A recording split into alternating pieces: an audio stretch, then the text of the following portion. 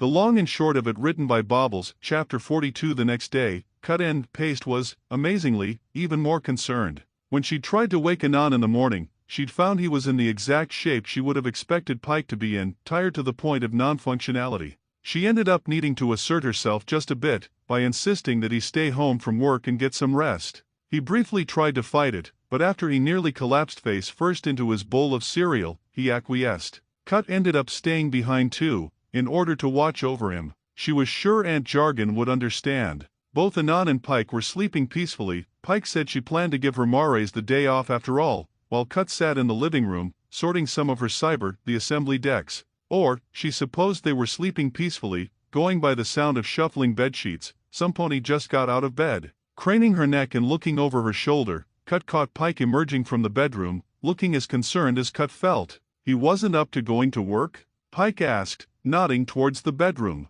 Cut couldn't help but notice she didn't sound surprised. No, she said as she shook her head. Do you have any idea what happened? The Thestral sighed wearily, and Cut could see a bit of shame creep into her typically confident expression. You were right is what happened. I was. Cut honestly kind of wasn't expecting to be proven right. However, any relief she might have felt was overshadowed by the simple fact that she was right. What did he do? Pike trotted over to the couch, taking a seat next to Cut before answering. I think he was waiting for me. What? Why? She knew he'd seen the cake and the note that Pike had left the both of them, so he must have known she wouldn't be getting back until the wee hours of the morning. Why the heck would he wait for her then? Cut's mind ran through a multitude of possible reasons, but nothing she came up with was really satisfactory. Why would he do that? Pike shrugged, a solemn look on her face.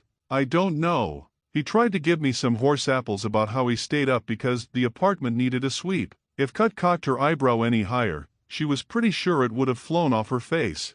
Really? Pike scoffed, clearly having felt similar incredulity. I know, right?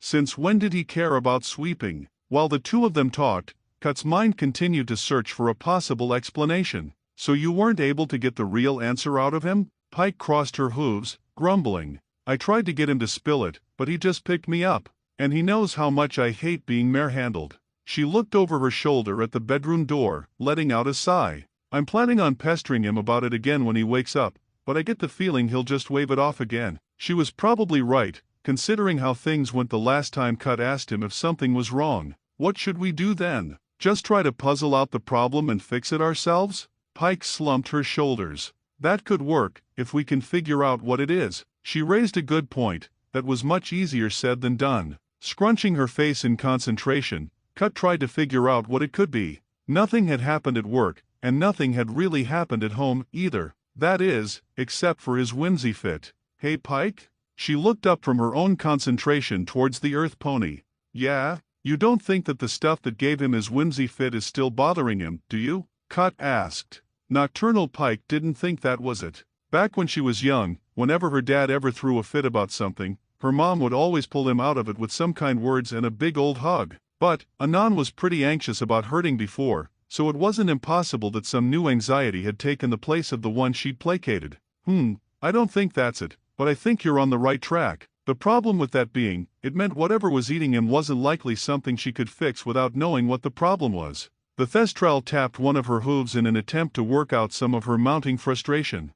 Arg. Why won't he just tell me? Maybe it's something he doesn't want the two of us to worry about? Which, of course, was causing Pike to do the opposite. If that's the case though, we'll just be playing a guessing game unless we can get him to tell us what it is. Cut hummed in agreement, before her face suddenly lit up.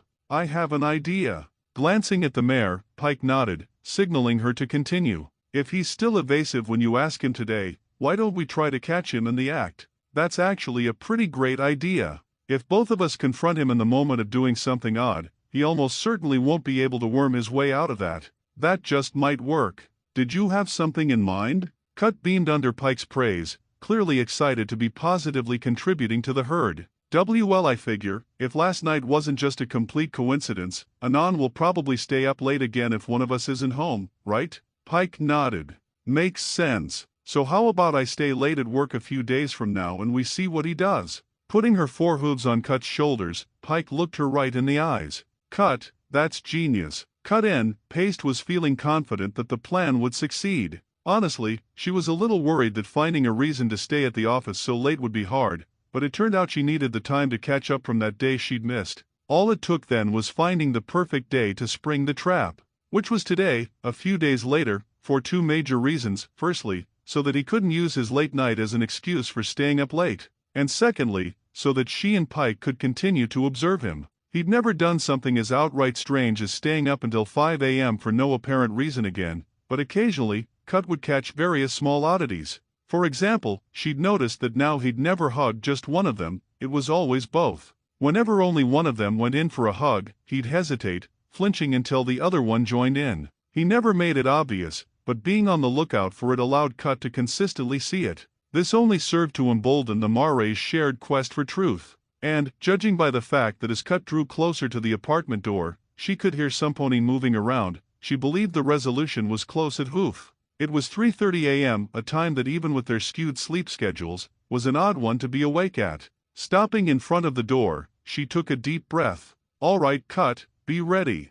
Sure, Pike will be there too, but if you can't assert yourself, you won't be much help at all. Deep breath in, deep breath out. Anan may be your prince, but you need to do this for his own good. Deep breath in, deep breath out. All right, ready. With her nerves sufficiently steeled, Cut was ready to face what was on the other side of the front door head-on. What was on the other side being Anan, washing the dishes. He turned to Cut before she could call out to him, and he was visibly relieved at the sight of her.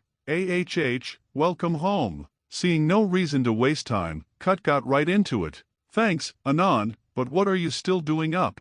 Oh, he said, glancing around nervously, I was just doing some dishes. Trotting closer to him unintentionally gave her a closer look at those dishes he was doing, and the closer she got, the more she realized that those were the majority of the dishes in their cabinets. He wasn't just washing the dishes the three of them had used today, he was washing all of them. Steady your voice, Cut, speak with authority. Okay, seriously, what's bothering you? Anan attempted to scoff defiantly, but it came off as more of a resigned sigh. Come on, why do you and Pike keep asking me that? I'm fine. No you aren't, came Pike's voice from the bedroom. She quickly emerged, taking a position next to Cut.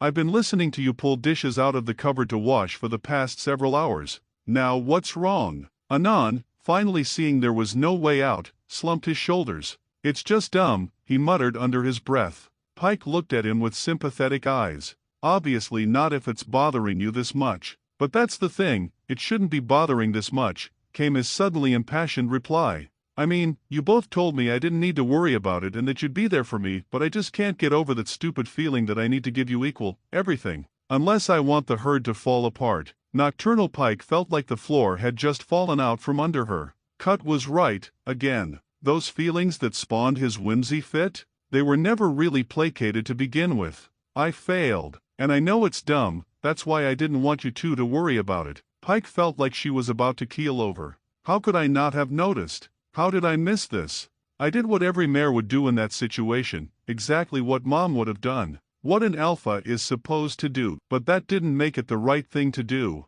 Anan, chimed in Cut's sad voice, you should have just told us. But why? He whined, exasperated, it's not like either of you two can actually do anything about it. It's just something I need to force myself to get over. All telling you is going to do is stress you out too. While Pike attempted to crush the mounting feeling of panic, Cut walked over to put a reassuring hoof on Anan's back. I thought the same thing about my sleeping problems, but Pike showed me that tea and now I've never slept better. You never know how ponies can help until you ask. Oh Luna, she's even doing a better job of comforting him right now.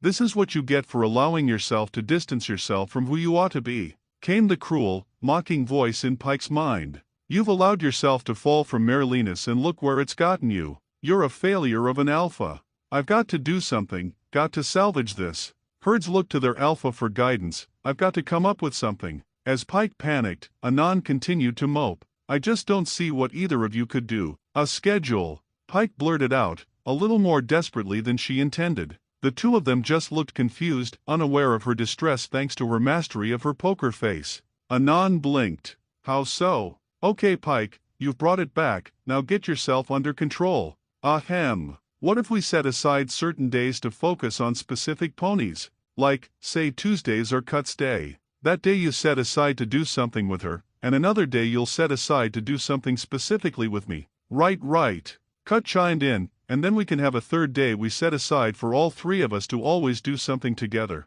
Phew, alright, I'm not a complete failure after all. Pike's body wanted to sag in relief, but she kept her posture rigid, commanding, even. Anan was still frowning, but he began to have something of a thoughtful look. That, honestly, might help. See? Cut said to Anan before turning to Pike. That's why you're the alpha, Pike. You always know what to do. For now, quiet, thoughts. This is about Anan. Will it help enough that you won't be staying up until 3:30 if one of us comes home late? Pike asked. Anan grimaced, which was not the reaction she was hoping for. I dunno, maybe? Looking down at his hooves, he sighed as he started to shuffle them. I mean, it's not like I wanted to stay up so late, but that night Pike wasn't home. As he recounted that night, his expression grew more and more pained. I kept having these thoughts. Look at you, you piece of shit. About to sleep easy while Pike's not even there. How's she going to feel when she comes home and sees you snuggling against Cut and not her? Replaced is how she'll feel. That's rather dark. No wonder he chose to sweep for hours and hours instead. That's why I didn't even bother trying to go to sleep tonight. I knew I'd be haunted until Cut got home, so I figured I might as well make use of that time. That fit with what Pike had experienced. Earlier he'd said that he'd join you shortly, but he never joined her at all. Lifting his head, but keeping it bowed, he addressed both Pike and Cut. And, again, I know that's irrational, but it's just that same thing that had me spazzing out a few days ago. I don't know how to make sure that I'm loving you both equally, or how to make sure you know I love you both equally. So instead my subconscious just obsesses over making everything equal. Finally rising to his full height, he looked out over both the mares' heads. But this scheduled day's idea, I think it's a start. Pike and Cut needed only to share a quick glance to know they both had the same idea for this exact moment. Rushing him, the both of them wrapped him in a big hug, one that drew a heaving sigh of relief out of him. You know, I just had a great idea for a one-liner. Pike grinned. I'm glad to hear that, Anonymous. But I think our real start should probably be going the buck to bed. While it sounded cool in the moment, and got a laugh out of both Cut and Anan, it wasn't quite accurate. Anan wanted to take a warm shower to calm his nerves, and Cut needed to brew her tea, which left nocturnal Pike with a brief time with nothing to do but reflect and think. Sitting on the couch and staring at her hooves, she pondered her failure. The sound of the shower directed her thoughts to Anan, her stallion whose fears she'd inexcusably failed to calm. Her mother always taught her that the only thing that could erase a stallion's whimsical fears was the grasp of a strong mare. Did I fail because I'm not truly a strong mare anymore? Has my indulgence in this part of me rendered me a failure? Hey! Surprised, Pike looked up from her hooves to see Cut, having left her vigil at the teapot to join her side. Placing her hoof on Pike's shoulder, she could tell Cut was trying to channel that same energy she was earlier. So, what's bothering you? Pike's first instinct was to tell her it's nothing and to wave her off,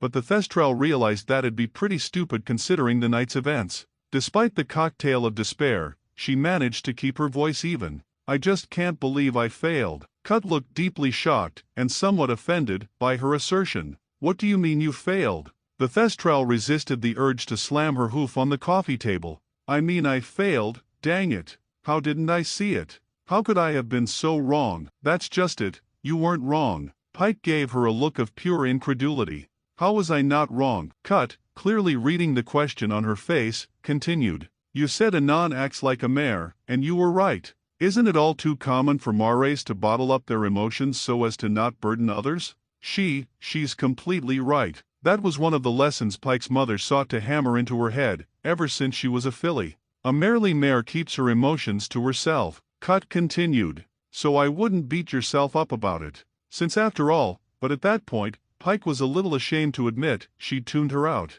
But only because her mind had found something far more troubling to focus on. Pike's mom had always said stallions not adhering to that principle was a source of problems for all mares. But here, Anan, a stallion, was adhering to that principle, but all it was doing was making him miserable, and making Pike and Cut worry. Does that mean, suddenly, several memories surfaced in Pike's mind. When she was young, her parents used to fight a lot, especially after Dad had any sort of whimsy fit. Her mom always told her it was because her dad was especially catty, and Pike took her at her word and didn't think much of it. Looking back on it now though, the parallels between those fights and her situation were uncanny. Both Pike and her mom presumed the situation's resolved, only to find they weren't at all. Maybe the reason what she did with Anand didn't work had nothing to do with her not being manly enough. Maybe the advice itself was just manure. But if that was folly, and the lesson that Mare should keep emotions to themselves didn't actually make anything better, how much more of what her mom told her was bunk? How much more of this standard that she'd based her life, her sense of self, even her leadership style around, was stupid? PHWWWWWWWWWWHT. Oh, that's the teapot. The whistle of the teapot in Cut's voice grabbed Pike by the scruff of her neck and yanked her out of the downward spiral. Pike felt bad that she'd missed the entirety of what Cut was saying, but at the same time, she felt like she'd realized something important. Something she should really keep thinking about, no matter how much she wanted to put it off. Because that's just what she'd been doing, bottling it up and putting it off. Am I really any different than Anand? Pike looked up toward the kitchen. Hey, can you pour me a cup too? Thanks for watching, and if you enjoyed the video make sure to like and leave a comment and share it with a friend. See you all later.